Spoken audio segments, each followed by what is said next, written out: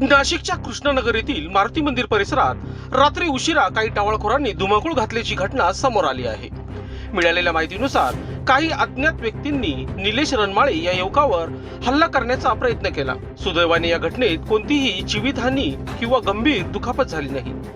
मात्र या टोळक्यांनी परिसरातील काही वाहनांची तोडफोड केली असून त्यामुळे नागरिकांमध्ये भीतीचे वातावरण निर्माण झाले आहे।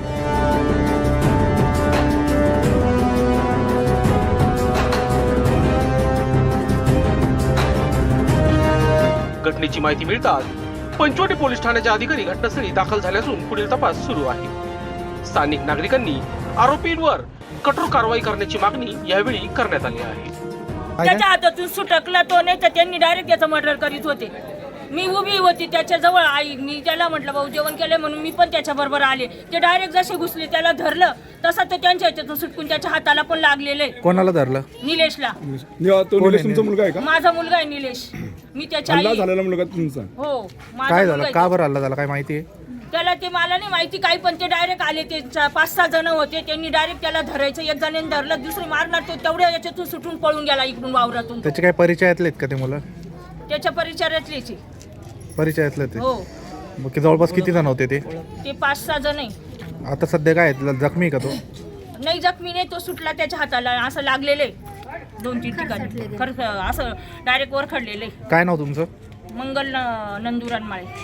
आई मुलगा कामावून येत होता, आमची गाडी शोरूम आहे आत्ताच, आणि ते गावावरनं इथं जगायला आलेले, त्याची सुद्धा शोरूम गाडी फोडून टाकली। आता जर त्यांच्याकडे बंदुकी, तलवारी, कोयते असले तर समोरचा माणूस काय करल? तो पोऱ्या मेला असता आमचा वाला, एवढे मोठाले दगड टाकले त्यांनी। आणि इथं दुकान आहे, इथं दुकान आहे, त्याच्यामुळं बरं झालं तिच्या दुकानात सुद्धा घुसले ते पोरं। म्हणजे त्यांची किती हिंमत आहे? मग कसं काय रस्त्याने पण चालायचं नाही का? सांगा बरं तुम्ही सर। मुलं इथले स्थानिक आहेत का? कोणते मुलं? जे आता तिथले आता हल्ला झाला त्यांच्यावर तिथे? नाही इथले नाही, ते एक पण आमच्या इथले नाही कोण। आणि जे हल्ला झाला ना ते मुलं आमच्या इथलेच आहे। हा किती जण आहेत ते जवळपास? इथले किती जण आहेत? इथले आता सगळ्यांच्या गाड्या येतो तर सगळे मुलं पळून गेला, तर संध्याकाळी दमून थकून आल्यावर बसतात थोड्या वेळ, काय गुन्हा करता का ते?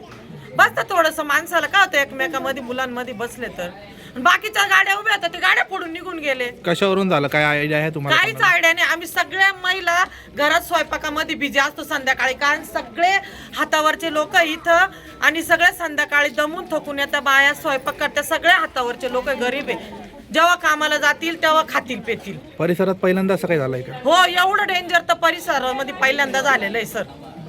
काय सांगणार आपण तर प्रशासनाला? याच्यावर आहे ना एकदम कडक कायदा झाला पाहिजे, मी तुम्हाला सांगून देते। कारण उद्या जर एखाद्याच्या जीवाशी गेला असतं तर काय केलं असतं सांगा बरं तुम्ही? लहान लहान मुलं आहे सगळे, आमच्या एवढे मोठे मुलं नाहीये।